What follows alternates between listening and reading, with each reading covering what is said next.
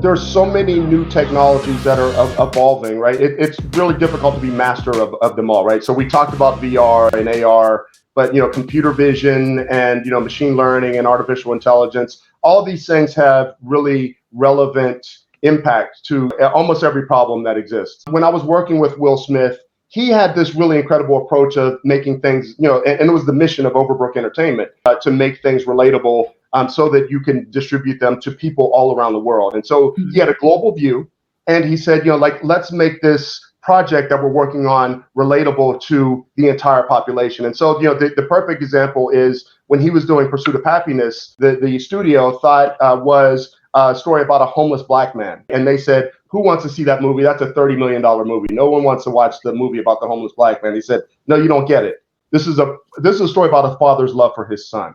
And everyone gets that. Everyone, whether you got it, you received it, or you didn't, right? I know Howard's story and, kind of how he speaks so lovingly of his father, right? And I speak of my father, and it's relatable, right? That story is relatable. And so what I try to do every single day is use technology, artificial intelligence, machine learning, AR, VR, computer vision, et cetera. And how do you make those relatable? And how do you use those tools to create a product that my wife, who's not a technologist, native technologist, but wants to use, not only can use, but really wants to use and can relate to all of those activities that really would make her life better, make my life better. And so that's really what I try to do. And that's the approach that I have. Welcome to Icons and Insights powered by C360, where the business of sports, technology, and broadcasting converge to create the immersive media economy. Now let's get into it with your hosts, Howard Wright and Cher Jones. Okay, Howard, I am excited about today's guest because they're a seasoned technology executive with over 20 years of experience operating in the intersection of media, technology, and innovation. He also has a relentless commitment to improving DEI in the tech industry, as well as accelerating the success of emerging Black executives. So now that I've, kind of teed you up, Howard, tell me why you chose today's guest. Why do we choose Guy Primus? So let's read off some of the resume, which is he's currently CEO, board member at Valence Enterprises, a company whose mission is to create new paths and success for Black professionals. Formerly, he was CEO of the reality company. And before that, he was chief operating officer at Overlook Entertainment. So he and Will Smith worked together for many, many years in television production. The reason I chose Guy is that he's a friend, a mentor, a confidant, and that he has exhibited dexterity in this space. Who among us can be a subject matter expert in all these different disciplines and these different verticals, except our guest today, Guy Primus? Guy, welcome to the show. I appreciate it. That's really a little off-putting listening to people talk about you, and you're kind of like you can hear it, but you can't respond to it. But I'll just say this, Howard. I think if it doesn't exist after today, there's a new phrase, mutual mentorship, because I would say that you've been equally a mentor to me. So I appreciate it, and great to be on with you. This is awesome. And I'm just going to take in all the insights from today's conversation because I know it's going to be epic. And one of the things is I was, stalking you as I usually do before we go to show. I noticed that you recently tweeted, great to see VR growing up because Facebook was testing ads in the Oculus virtual reality headsets. Right. So what I want you to do is think about that meme, how it started, how it's going. When you think of the evolution of VR, right? Talk to me in the context of the meme, how it started, how it's going. Yeah, how it started, I think, is relative, right? So it depends on when you started tracking VR, right? So I remember talking to someone, and I'm telling them how kind of incredible this technology is. And they're like, wait a minute, I was working on VR back in the 80s, right? So how it started was blocky, right? Almost like pixelated and slow and, low resolution and a lot of latency, et cetera. How it's going is, again, people realize that there are not only entertainment uses and gaming uses, but also there's business, right? And so when I tweeted about the medium growing up, it's that advertising is a dominant form of as it relates to entertainment in terms of revenue generation, right? If you think about, film versus television, television dwarfs film in terms of the revenue that it generates because of advertising. And so that's what I mean is, yes, games are incredibly popular, and a lot of more people play games because of Roblox and Minecraft, et cetera. Mm-hmm. But I think that advertising is universal. So when I think about how it's going, there's going to be real dollars there, and it's not just kind of a cottage industry anymore. So, Guy, you and I talked before I left Intel and kind of embarked out on my own.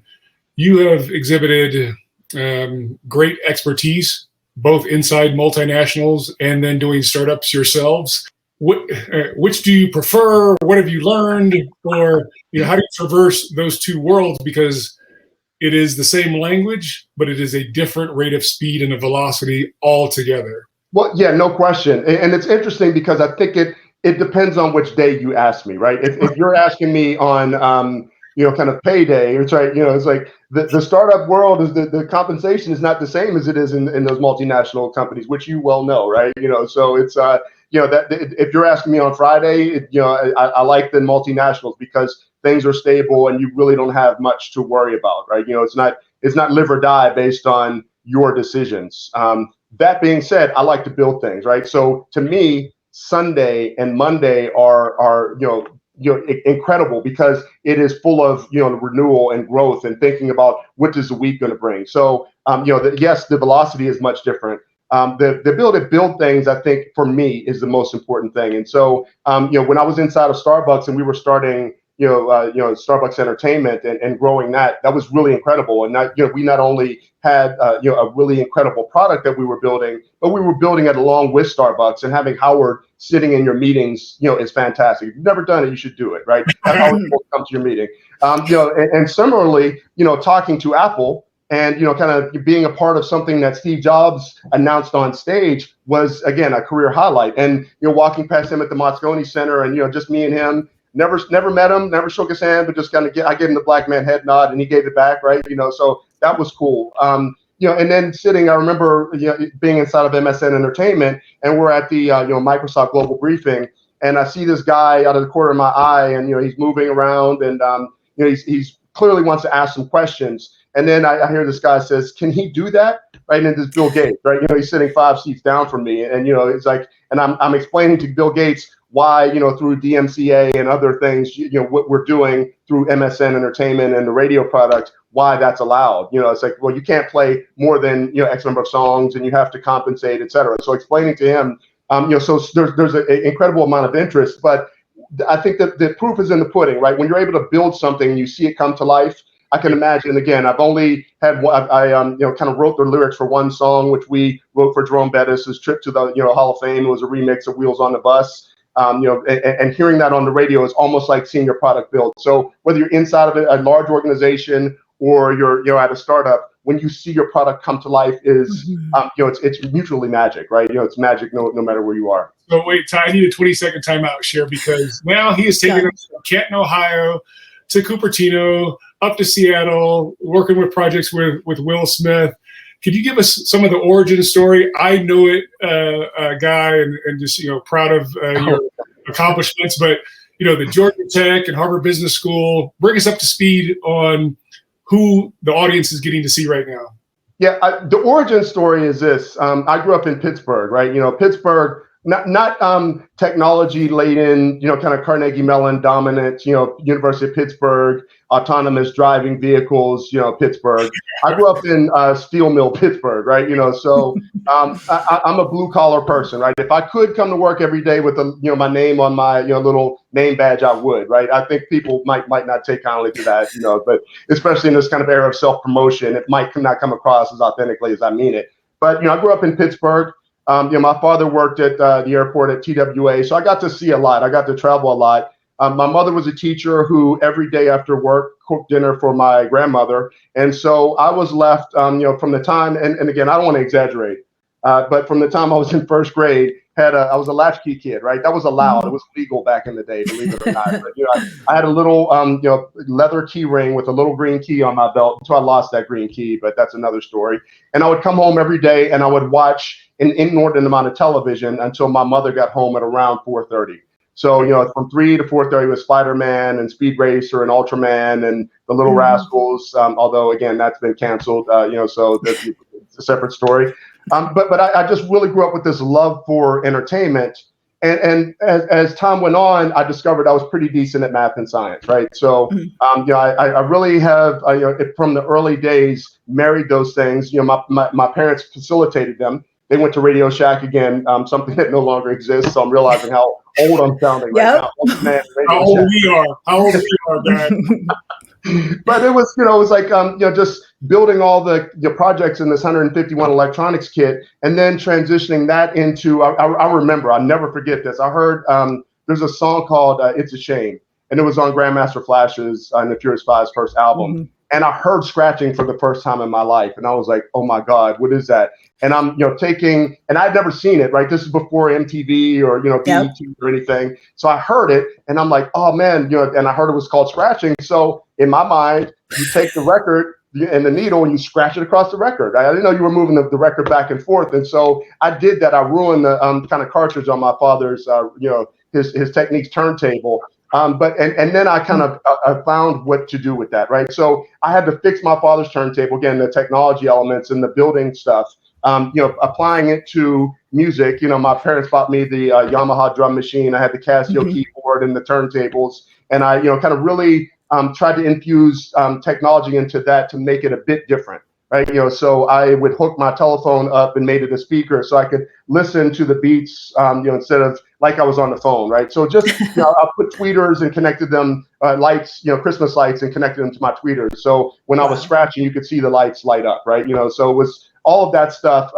And that's really who I am still to this day. And couple that with me wanting to always, I just like to solve problems, right? So Games Magazine was, really, I was constantly, in Games Magazine and kind of solving puzzles. And so today, all of that stuff, I still love to build, but instead of building, kind of with Tinker Toys and Lincoln Logs and Legos, I'm actually building business models, right? And I love that. And solving problems very similarly. It's not, I'm not in Games Magazine anymore, but I am, kind of really trying to create new paths of revenue and trying to reduce expenses. And I approach it with the same vim and vigor. That really, this is fun and I enjoy it.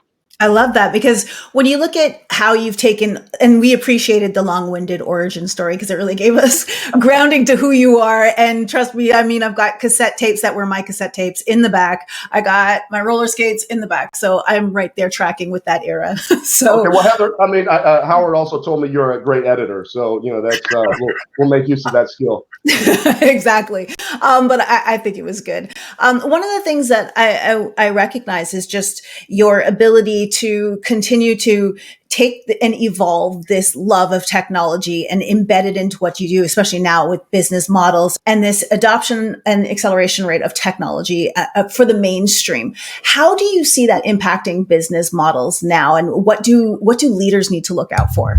Yeah, I'll tell you my approach, right? And I think that there's so many new technologies that are evolving, right? It's really difficult to be master of them all, right? So we talked about VR and AR, but computer vision and machine learning and artificial intelligence, all of these things have really relevant impact to almost every problem that exists. And so really what I try to do when I was working with Will Smith, he had this really incredible approach of making things, and it was the mission of Overbrook Entertainment, to make things relatable so that you can distribute them to people all around the world. And so he had a global view, and he said, let's make this project that we're working on relatable to the entire population. And so, the perfect example is when he was doing Pursuit of Happiness, the studio thought was a story about a homeless black man, right? And they said, who wants to see that movie? That's a $30 million movie. No one wants to watch the movie about the homeless black man. He said, no, you don't get it. This is a story about a father's love for his son. And everyone gets that. Everyone, whether you got it, you received it, or you didn't, right? I know Howard's story and, kind of how he speaks so lovingly of his father, right? And I speak of my father, and it's relatable, right? That story is relatable. And so what I try to do every single day is use technology, artificial intelligence, machine learning, AR, VR, computer vision, et cetera. And how do you make those relatable? And how do you use those tools to create a product that my wife, who's not a technologist, native technologist, but wants to use, right? Wants to use, not only can use, but really wants to use, and can relate to, kind of all of those activities that really would, make her life better, make my life better. And so that's really what I try to do. And that's the approach that I have. So Cher, let's go back to 2015. I just joined Intel. Intel had a mission statement of being, diverse and inclusive. One of Guy and mine, a dear friend and legitimate mentor, Rod Hudnall, had invited Guy to come speak to basically our CEO's executive staff.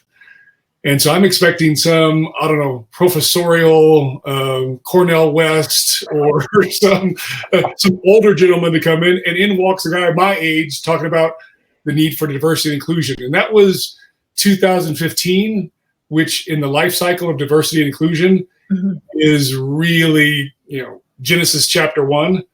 And now to see this evolve, why Valence? Why now?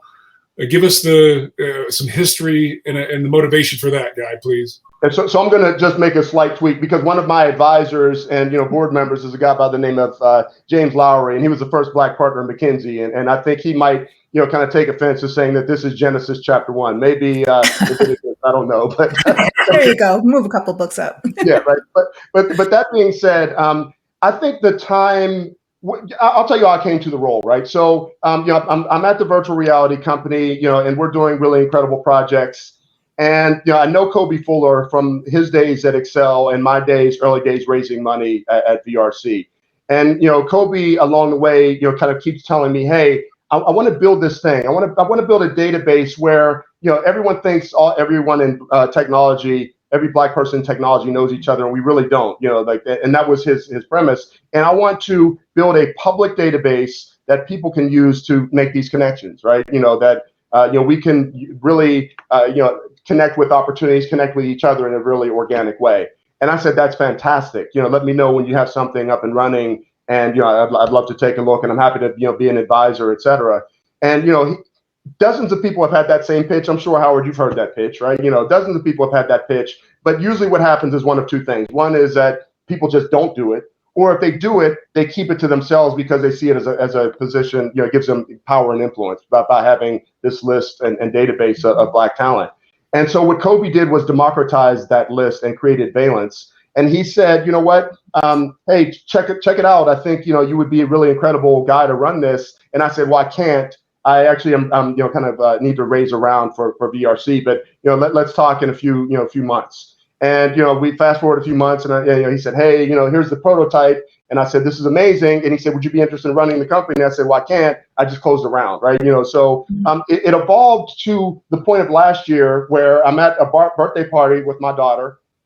She's 6 years old. And, kind of going to this birthday party, and one of the board members from Valence happens to be the father of the, kind of little girls that was in the party. And he says, hey, I know you've been talking to Kobe, he told me, but, I think there's something here. You should take a look at this. And I met with Kobe again, and, it was really incredible what they were building. And then, fast forward 2 weeks, and, again, with my daughter at school, and the school shuts down for COVID, right? And, it's like, oh, man, here we go. I know what's going to happen. Black employees are going to be decimated. Black businesses are going to be decimated. I didn't see the kind of health impact, right? That was unknown with the health impact on us. But I know what our healthcare system looks like. And I knew what was coming, right? And so that was kind of the second calling, I would say, right? So first is Kobe kind of knocking on my door, and, along with Omar Johnson. And then, kind of I see COVID. And then you fast forward to Memorial Day of last year, right? Which is, again, I don't think we did enough to really recognize George Floyd and Christian Cooper and kind of that moment in time, right? There were a lot of, kind of people talking about it. But for me, that was the third thing. That was God tapping me on the shoulder and saying, hey, you need to get in the game. And so really, when I see what Kobe and his team, were building before I came on board, and then I saw what society was going through, what our, kind of cultural impact was going to be on African Americans in particular, but society broadly. To me, it was, hey, I have to do something because we're falling behind in a way that is profound. And here's an opportunity for me to leave a legacy, right? So legacy is really, really important for me, and leave a legacy in doing something about it, and really attacking this problem again, not with a kind of an HR mindset because I don't have that, right? Or I didn't have that. It really is how do I solve a problem? How do I take everything that I've built, kind of for the past 50 years and apply it to this problem, which needs to be solved? And if I can help solve it, right, I'm not going to solve it alone, but if I can even, be a small part of solving this problem, I can, leave a legacy for my kids and people that I know, and really, just feel good about my contribution to this planet. So is part of the mission not only the connective tissue of this happenstance, how you and I became friends, but as part of the mission, the growth and knowing that other executives out there are, ready to be partnered with, ready to be hired, ready to be board members. I will not tell you the company, but when I left, the head of HR said, well, we just can't find them, Howard. And I thought to myself, guys, I said, who are them? You're talking about me? You're talking about me because I know where similar peers are, whether it's my Black alumni networks, is some of the best candidates and students at HBCUs. If you're telling me you don't want to look, I understand. That's one reason. Yep. If you're telling me that you don't know where to look, we have a small network, underground network of folks to find that. So is the mission of Valence to ultimately make its existence obsolete by being so successful? Well, I mean, I think that I say that, Howard, and it sounds disingenuous, like when I say it, but I work every day to put myself out of a job and to make Valence irrelevant. I mean, just to be honest, right? That's going to take decades, if not, longer, but hopefully just decades. Almost every discussion I end with is like, all I want to do is provide equity and make sure that the playing field is level. And that's really what I want to do. But in doing that, I think that most people, again, to your point, see this as a pipeline issue. I don't know where to look, and there aren't enough Black people coming through this talent pipeline. And I don't see that, right? It's not a pipeline issue. It's an ecosystem issue. So as it relates to Valence, very, very specifically, we do a few things. One is really identifying opportunities, right? So making sure that the members of our community are connecting with those opportunities. We want to grow the size of the community. So, making sure that people know that, business is an opportunity and technology is an opportunity and operations, and understanding where they fit into that is as a separate thing, right? So understanding where you are and then where you aspire to be. And part of our mission is to help you navigate that journey along the path step by step, right? So when we talk about our mission is to create new paths to success for Black professionals, that's what we mean. You have to identify the opportunity, and then you have to navigate the path. And so that's the second thing. The third piece, though, I think is a little less well understood by most people who aren't a member of the community, right? So when you listen to hip hop music, which I grew up on, which was born in my lifetime, right? You think about, when people, everything is aspirational, right? And we need to make someone looking at Jay-Z appreciate Jay-Z for his business mind more than his lyrics, right? If we can do that, we win. If we can make people that love Beyonce's singing and her dancing really understand that she's probably a better business person than she is an entertainer, right? We win, right? If Reginald Lewis rolls off, Reginald F. Lewis, people know who he is, right? People know who Ursula Burns is. People know not only who Robert F. Smith is before he gives away his money, but he's a chemical engineer, right? Know his story, know how he got to where he is. Then we start to win, right? So it's an ecosystem for me. Yes, let's identify people. Let's connect them with opportunity.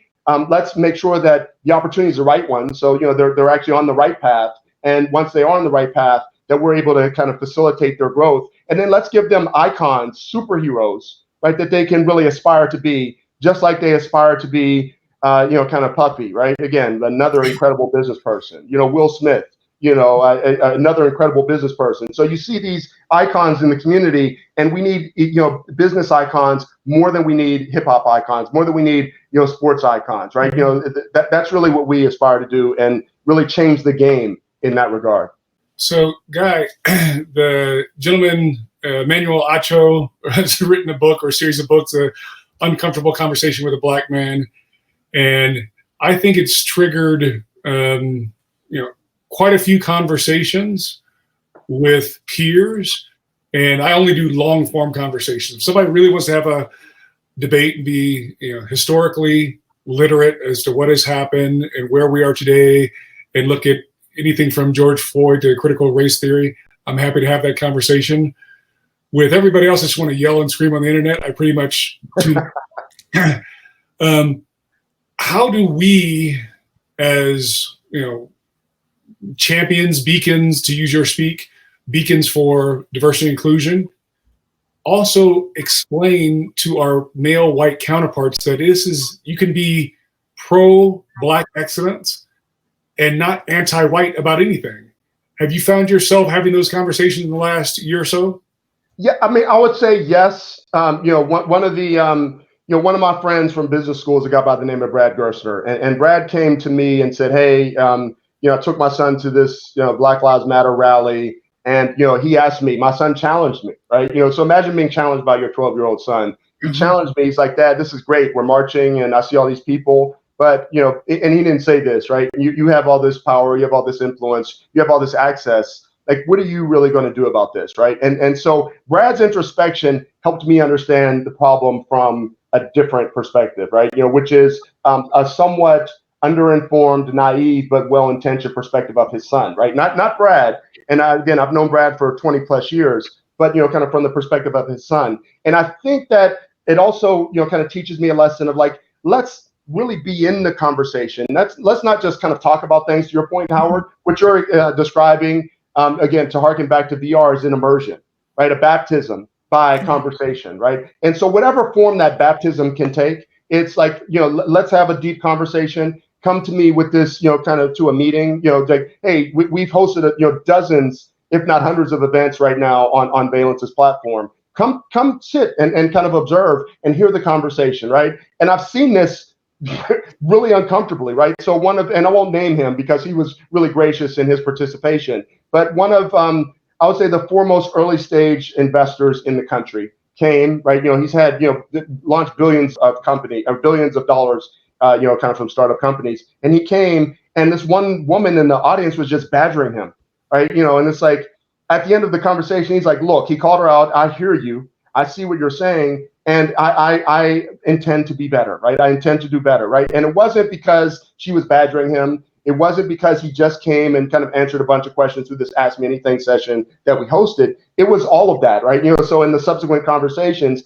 and I think then people can really start to, again, relate to the conversation. It's not just, you get to, kind of hear someone talk and then you kind of go sleep in your kind of feather top bed, right? That's not what we're talking about here. I think it requires an immersion. It requires a baptism, by fire or otherwise, that, before really people can understand what white male counterparts, others, right, can understand what the challenges are that we're facing. And when you think about that, as far as other leaders listening to this conversation right now, what are some of the things that you would advise them to start either researching or looking into within their own company? Of course, we can lead them to resources, but specifically, like when you turn the mirror on themselves and their company, where would you tell them to start to look first to analyze their current situation? Yeah, I mean, personally, right, I think the best thing that you can do is just talk to, kind of, let's go have coffee. Let's go talk to one of the, and again, I can tell you one of two things is going to happen. Either someone's going to share too much information, you have to be kind of prepared for that because they've been waiting for this to, kind of spill their guts, or someone's going to be reserved because you are the leader of the organization, right? You have to be prepared for both of those.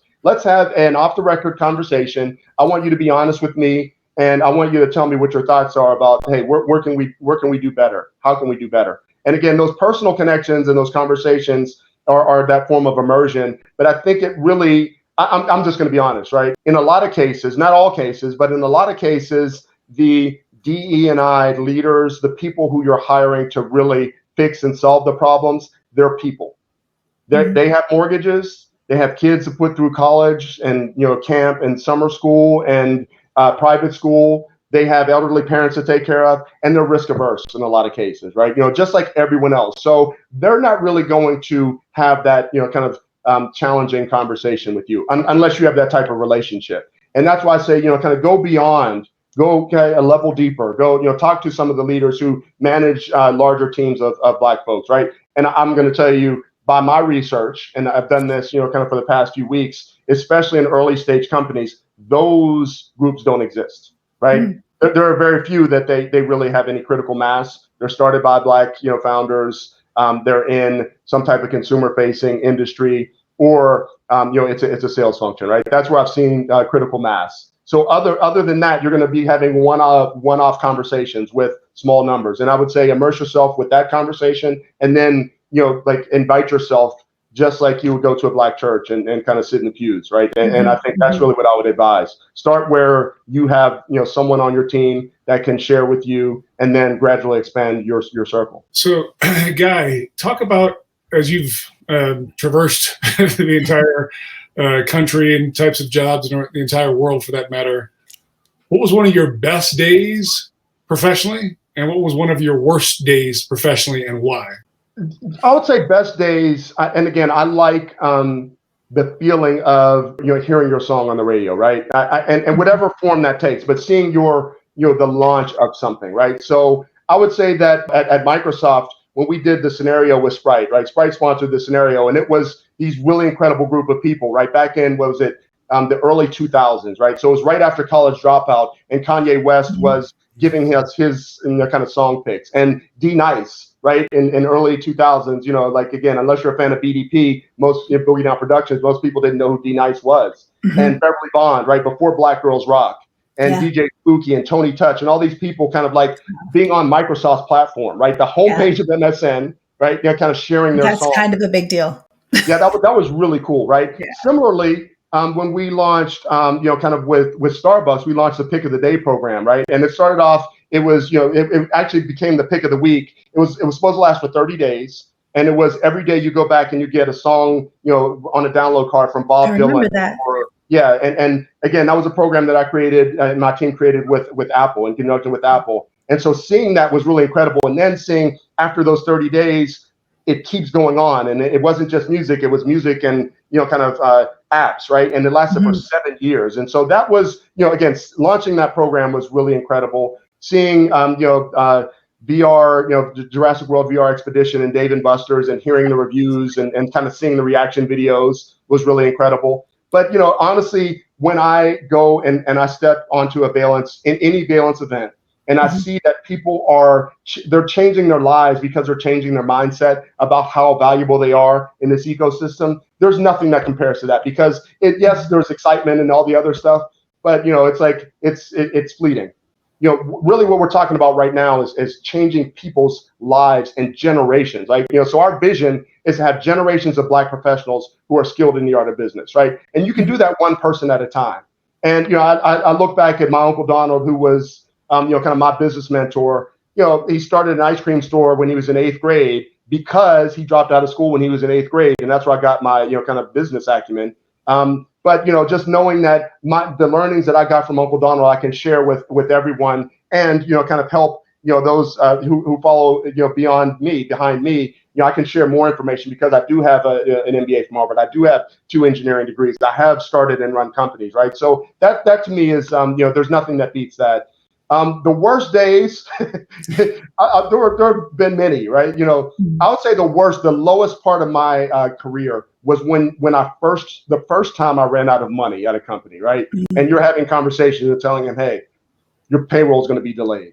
That sucks, right? If you've never had that experience, you should, right? You should tell someone who has kids and that their payroll is, might only be 2 days, might be a week, but hey, we can't pay you right now, right? Everyone should have that experience. And that was a low light.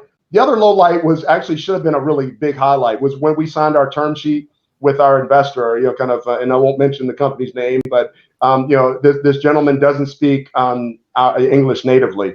And so he's talking about how hard I've negotiated, right? He basically says, Guy, you're strong and you're tall and you have a deep voice, but you have a lot to learn, right? And this is happening twice. So I'm hearing it in his native tongue, and I'm seeing how stern he is, and then I'm hearing it from the translator. And basically is like and this is in front of the attorneys, my team, his team, so it should have been a really happy day, but it was like very humbling. But I look at every humbling opportunity every time I run out of money. Again, hopefully those days are over. But all of those, those challenging times, they're learning experiences, and you just hope never to repeat them. Yeah. So you see, Cher, the ties between Guy and I go are pretty deep, actually. And then, having been, actually grown up in Pittsburgh, C360 is headquartered in Pittsburgh. We're an immersive media creation engine for broadcasters and leagues. And Guy is directly in that AR, VR, MR, XR, spatial computing. What do you think happens in the next 3 to 5 years? All of it becomes blurred, intentionally merged and blurred. And then what is the experience going to be for me or you? You and I have been lucky enough to go on to almost any sporting event or entertainment event that we wanted to in our life. But what is the world going to be like very shortly, where you can portal into the Grammys or Madison Square Garden or Manchester City and enjoy a game in a different way than we ever have before? Yeah, I'll say this. I sincerely believe that there are editorial voices that are never going to be replaced, right? So no amount of technology is going to replace, kind of with the magic that ABC brought to Monday Night Football, right? It's just not going to happen. And again, I'm choosing football, Howard, because again, I knowing your product and knowing being a huge Steelers fan, right? So I'll use that as an analogy. I really sincerely believe that editorial voice is always going to exist in some shape, form, or fashion, even with the best of machine learning, because most of the kind of time it's a lagging kind of indicator, right? It is following someone. It takes someone to program those algorithms before they're relevant, right? And so I think that the human spontaneity and spirit is something that's going to dominate. But that being said, I think that in my mind, when everyone goes to a football game and they're seeing the same down markers and they're watching the same replay, hopefully that becomes mass customized to the point where I have a perspective because I played a position, right? I played receiver. And so I have a perspective. And on third down, I'm able to kind of switch my view because I think that, Antoine Randall L is going to get the ball on a sweep and he's going to kind of throw, kind of the flea flicker or whatever, right? So I have that's my belief. And so I'm able to customize my perspective on life, right? It's very contextual. One of the things I talk about, I probably shouldn't even mention this, but someone will kind of know what to do with it and some people won't. I think that time is undervalued as a parameter, right? What Netflix has done is brilliant. Netflix is, one of the most innovative companies, existing right now.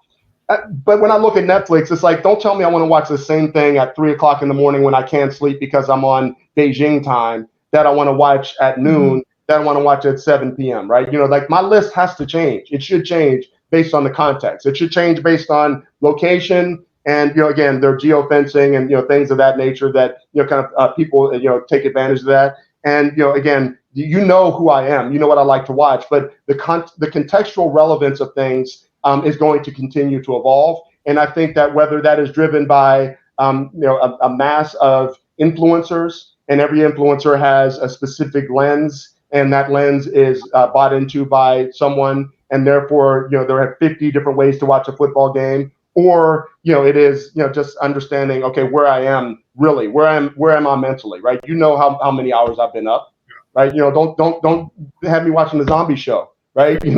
So really the aggregation of data and the intelligent analysis and implementation of those learnings. I think, again, if it gets to that, I'll be happy. I don't want much beyond that, right? Okay. Some nice food, some nice clean draws. I'm a simple guy, right?